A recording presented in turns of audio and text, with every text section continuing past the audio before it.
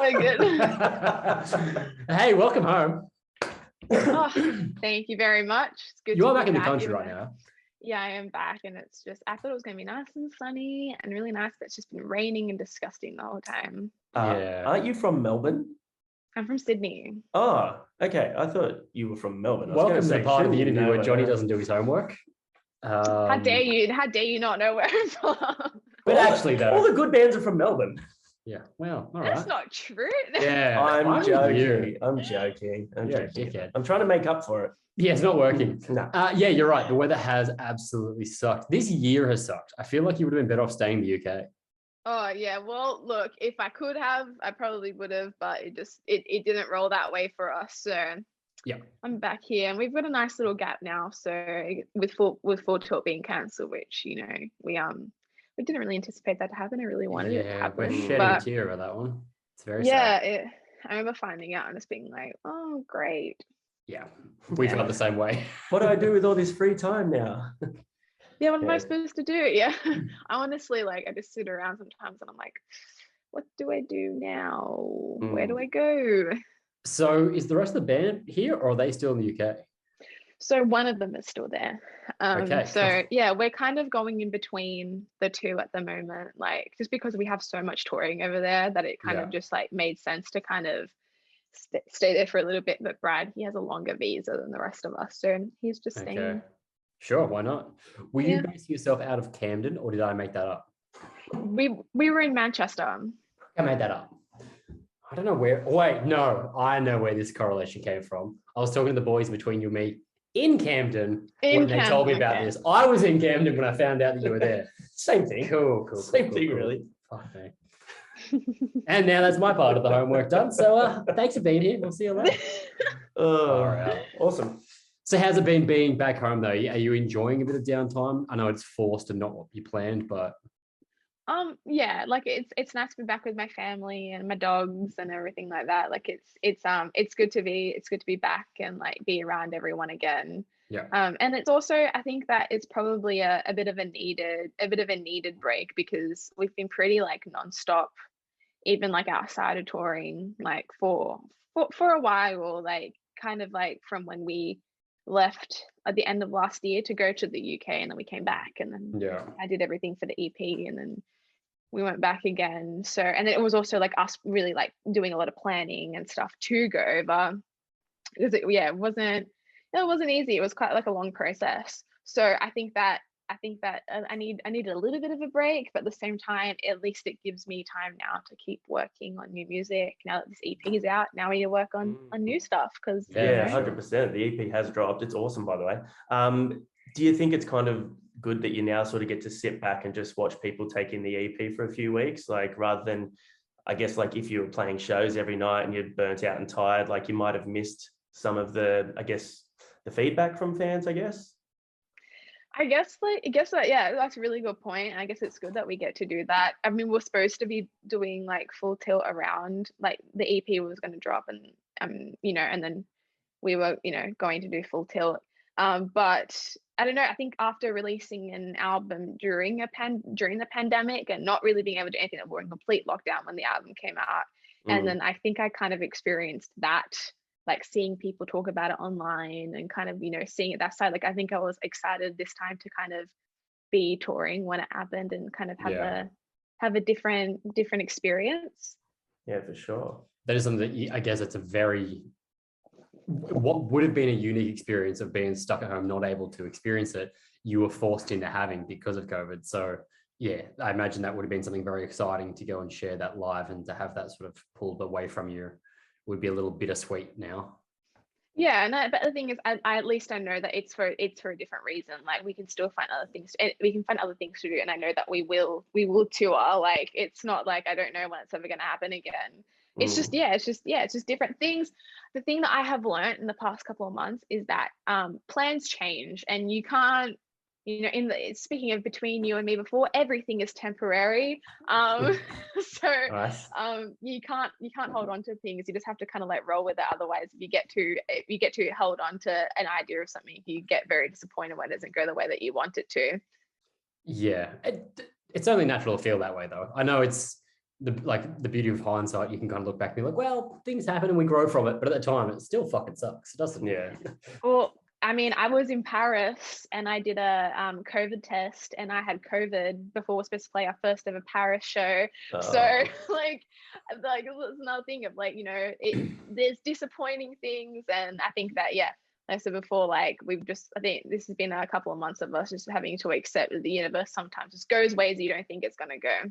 Yeah, she's a bitch at times, that universe.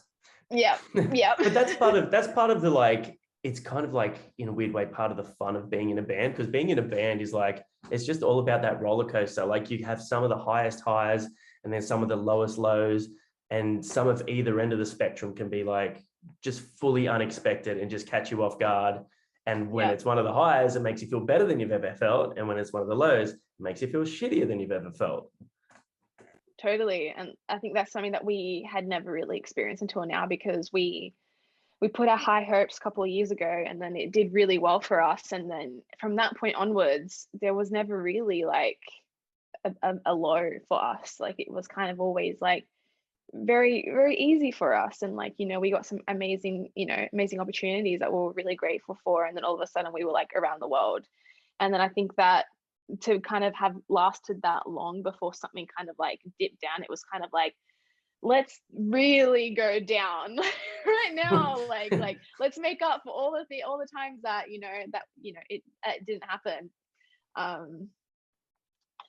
But it's sometimes, like you said, like, I think now I'm going to appreciate this EP coming out, and appreciating everything that kind of goes right for us from this point onwards, because I'm never going to take it for granted ever again. Hell yeah. Focus on those silver linings. Hey, how is your recovery from COVID?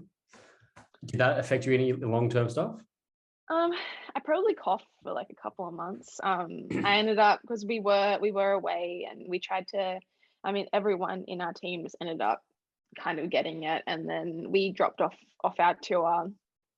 And the first thing that I had to do post having COVID, like kind of like testing negative, and then like a week later, we had to play a show down in London, and I remember going into practice and then like singing and going to sing, and then just having absolutely no strength, like, and it just, like, when I say like no strength, like it literally sounded like I was tone deaf.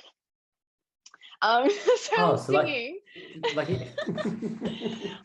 I'm literally singing, and all the boys have me in their ears, and then I do anything that's kind of like I have to push a little bit forward, and then I see them all like looking at me, looking at each other, and then I just get really upset, and I'm like, I'm leaving. And I remember that the first show that we played this club in London, and I didn't really practice with the boys because I felt too embarrassed by the way that my voice sounded. Yeah, it's pretty hard. Yeah, it was hard. I just couldn't do it. Like, it was just making me feel too shit. But then I think after, and then obviously we played a couple of shows after that, and then we went into a session, and I had to sing in that session for a couple of days, and then I just think that over time started developing some strength back. And I think by the time that we got to Slam Dunk, maybe like a month and a bit later, I was like, I think I'm getting my voice back now. Yeah, it's one of the hard things. Like, I mentioned this to someone we chatted to recently, I can't remember who, but being a singer, it's one of those things, like, if you get sick or whatever, you can still play guitar, you can still play bass, you can still hit drums. Might not be to the same level of intensity, showmanship wise, but as a singer, man, if that voice decides to go, nah, sorry, we're not doing this tonight, like, you've really got no control over it. Exactly. And it's like it's like you need to heal it for it to work and to get better. It's like you can't just go and service it and like or put some new strings on or something like that. Like, it's really like you have to take care of it. And I think I've definitely realized that sleep and rest and eating well and cutting certain things out and stuff, and just making sure that you make the right decisions while you're on tour definitely helps. I mean, I still got COVID, but the boys all went out sightseeing, and I was the first one to get COVID. I was like, I'm not going anywhere, so I don't get That's sick. the way it works, though. And then they'll all rub in your face. They're like, oh, we didn't even get it.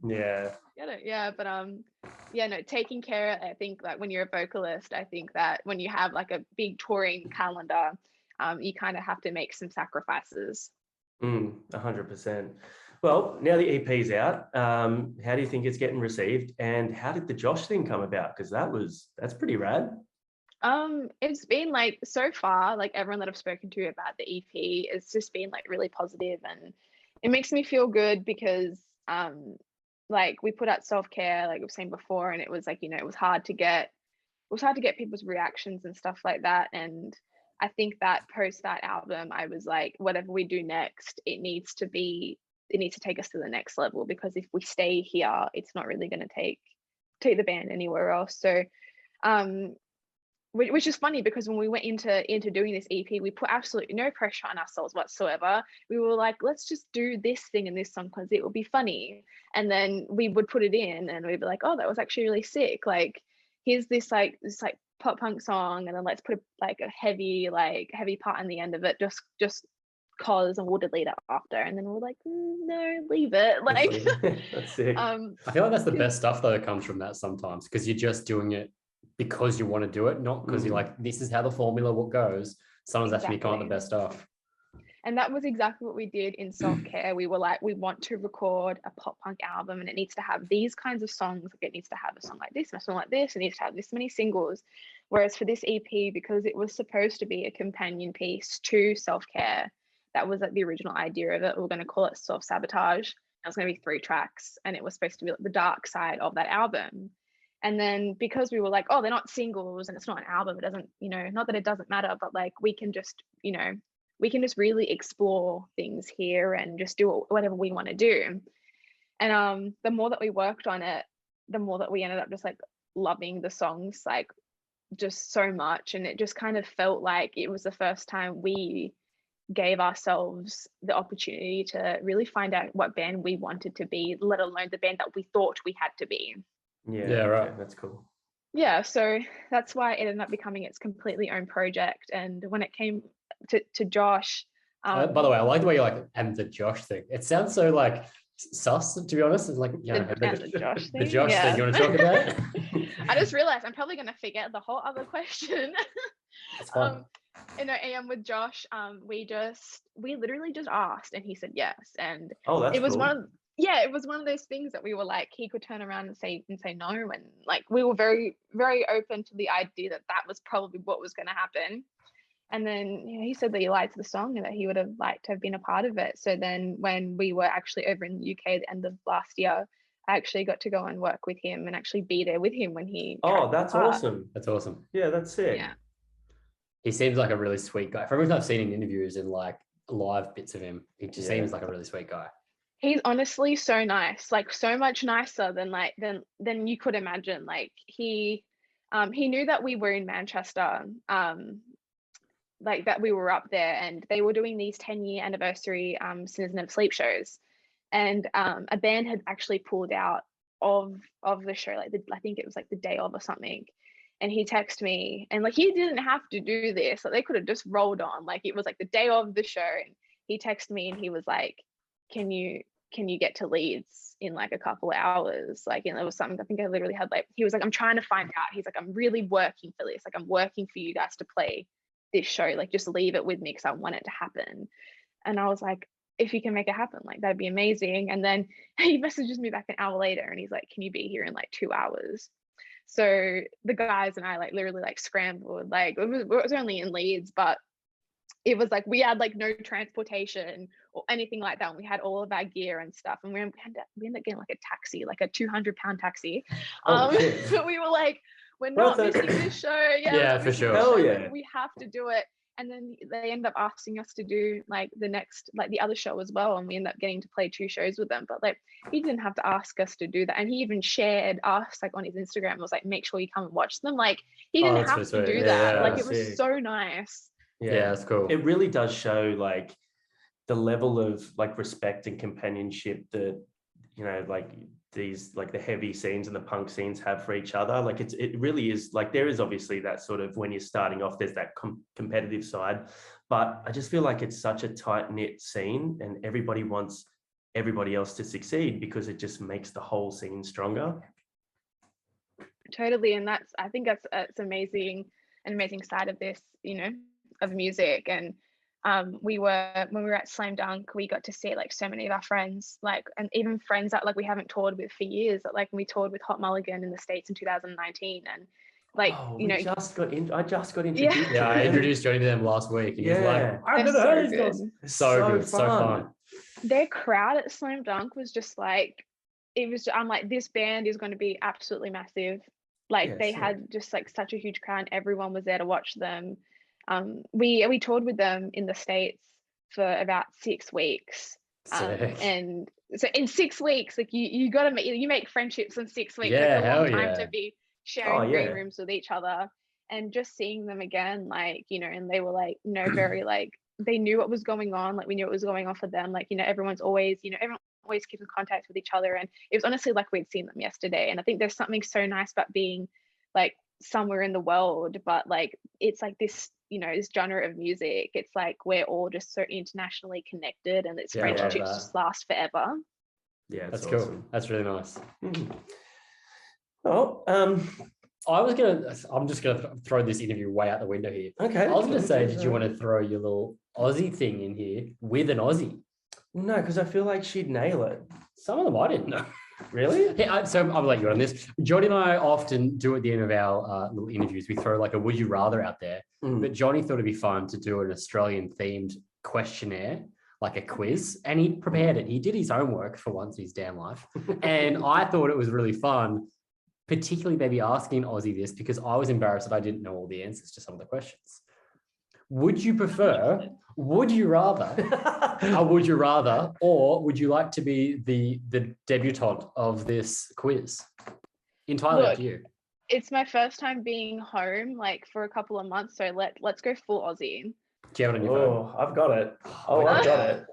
All right. You know what? I have to give him credit here, and everyone watching at home that's been on the channel before, you know what a dickhead Johnny is, and he actually came with ideas and preparation. So big ups, Johnny, on this one. All right. So now this could be very embarrassing for you, okay? Because I was going to see, like, at the end of this, we're going to see who wins the Aussie trivia at the end of the year. And I don't know, we'll make him a little like breakdown Aussie trivia trophy or something. This is a tiny photo of Johnny. Yeah. All right. I'm scared. 10 questions. All right. Some of them easy, some of them not. Okay. Who is Australia's most successful band? This is of all time, by the way. Yeah, of all time. Of all time. AC/DC? Winner. Yeah. For a bonus point, which country did they never have a top 20 single? Ooh. Was it a top 20? I thought it was a number one. They didn't top 20. Top 20. Damn. Yeah. I feel like it's something that like they should have gotten a top 20 in like kind of country. So maybe like Canada. So close. Close. America. Oh, okay. The crazy thing with that is, I'm going to derail this so hard. I'm so sorry. Think about this, like fucking Iron Man with it. It just, to me, is so American with the American flag and the army guys driving. I think of that song as being almost like an American sort of song. I would have thought like Back in Black TNT. That is Back in Black. That's what I was poorly doing. Like, I would have thought that, like they fully would have. Anyway, this one's going to be way too easy for you. Name 3 Australian actors. Chris Hemsworth, Margot Robbie, and Nicole Kidman. Boom. Nailed it. You could have just said 3 Hemsworths and nailed it. Yeah, I could have, but I decided to change it. Another easy one for you. What famous town did Parkway Drive come from? Byron Bay. Where did they get the name? Bonus point. From Parkway Drive. Hey, have you ever done the photo? I've never. They got rid of the sign. Yeah. You have to lay on the floor on the road. They cemented it in. Yeah. No, I've never gone. I've never seen it like in person. I mean, it's just a street. It's nothing crazy. It's just that's where the band practiced. Yeah. Oh, I didn't know that. So. Oh, really? Well, there you go. Bonus point for me. Okay. Yeah. All right. So you've got everything right so far, except for the bonus point for AC/DC. This one should be easy for you. Australia is home to the world's deadliest spider. What is it called? Is it the redback? No. The Sydney funnel web. Is it really? Yeah. Want to know a fun fact about the redback? I'd love to. No one has ever died from a redback spider. Crazy, right? No one's ever died. Everyone makes them out to be like The thing is, Yeah. they can fuck you up, but Yeah. no one's actually ever died from it because they came out with the anti-venom like long enough ago, and they've got smaller fangs comparative to the funnel web, which is the big nasty. That's why they don't actually get as much of a purchase and kill people. Okay. You'll know this one. What is a golden gay time? ice cream. Yes, of course it is. The best ice cream. It is such good ice. Have you had the little balls? No. They just released them. Shut the fuck up. They've just released them. Yeah, I think you can get them like like Woolies or whatever. They have like a bag of just like little balls with the cookie crumble coating, and then like a little. Is it ice cream or just chocolate? Yeah, it's ice cream. Wow. That sounds Amazing. fantastic. See, that's why you come home. Yeah. Do you Gotta have try. new flavors? I've had like the cake one, like I think it was like a birthday cake one. It was like rainbow or something. Yeah. Like that one was fine, but it's the only one that I've tried. It's not the OG though. Anyway, which famous Australian coined the phrase crikey? Sorry, say that again. Which famous Australian coined the phrase crikey? Steve Irwin. Nailed it. Yes. Right. Sorry, my Here we go. internet's getting a bit crap right now. Sorry. That's Just Australia Johnny for as you. well, True or false? The Emu Wars in 1932, where soldiers from the Australian military engaged in a week-long battle with a force of 20,000 emu that had been destroying wheat crops, in which the military lost. Is that true or false? This is true, right? Yeah. Yeah, this is true. I remember seeing it on like someone posted like a photo of like a Wikipedia like Yeah, it's thing being absurd. like, yeah. It's so wild. It's so Australian though. Yeah. We're a joke. Emus. How did the emus win? Like, how did Have you emus seen win? an emu? Emus are pretty tough. Mm. I wouldn't want to be at war with an emu. But apparently Those big- it's because they underestimated how many there were and how many bullets it took to kill them. And I'd say 20,000. They ran out of ammunition. They gave up and they just said, fuck this, they can have the wheat. And they left. Poor So there you go. emus. Poor Yeah, you're emus. absolutely right. Yeah. Give them a wheat. Right? All right. Which of these places, if any, is a fake Australian place name? Funny Knob Creek, Pensioners Bush, or Mossy Nipple Bend? I'm gonna say Mossy Nipple Bend. Incorrect. Oh my goodness. They're all legitimate places. Oh my goodness. Now, Yeah. always saying about Australia being a joke. The caveat to this that might make it make sense is that they're all Tasmanian places. So Are they? yes, they're all Tasmanian places. Oh, I love Tasmania. I don't know where Tasmanians getting their names from, but yeah. I could give you a really good idea. They saw a female and they're like, oh, Mossy Nibble Bush. That's what we're calling that one. All right. One more. What type of animal is the Australian Western gobbleguts? A bird? Incorrect. It's a fish. Okay. So there you I've go. never heard of that. Right? Yeah, we've got some weird shit here. So you did very well. You got like 8 right. 8 out of 10. That's That's impressive. Australian. yeah. You you're passed, Australian, yeah. We are allowed to stay there. Well Yeah. done.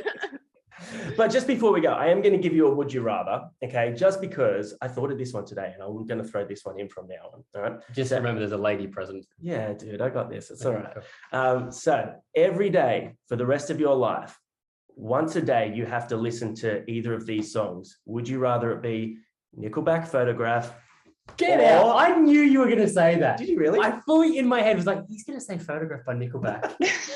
So Nickelback Photograph once a day, every day for the rest of your life, or Smash Mouth All Star once a day, every day for the rest of your life. Nickelback. Nice. You're choosing the back. Yeah. Yeah. Oh, hey now, you're an all-star. I just don't know. I feel like I'm like, at least, I don't know, maybe some days you don't want to hear being like, hey now, like it's a bit too like happy, you know what I mean? Yeah. Some days if it's in the morning, I don't want to Every hear day anything you want to look at this energetic. photograph. Yeah, it's just it's not as in your face. So we're gonna go with that. Yeah, that's it. No, I would choose Photograph as well. Because Really? yeah, 100% for that reason. Because it's like it's such an upbeat sort of you're great song. It's just like if you're having a bad day, you're just like I haven't had a "Fuck bad day this before." song." You've never had a bad No, day? every day I'm an all-star, baby. We've spent a lot of days together. I always turn around. I had COVID last week and it's still a good day every day. Well, Amazing. thank you so much for joining us. And we hope you can get back out and play some gigs soon. We are loving the EP and hope it continues to smash it. And stoked to have you home. If you feel like just throwing a few shows while you're here, hey, do it. We wouldn't mind. Yeah, we'll come. I would absolutely love to. That's very high on the list of things that I want to do. But yeah, thank you guys for checking out the EP and thank you for having me.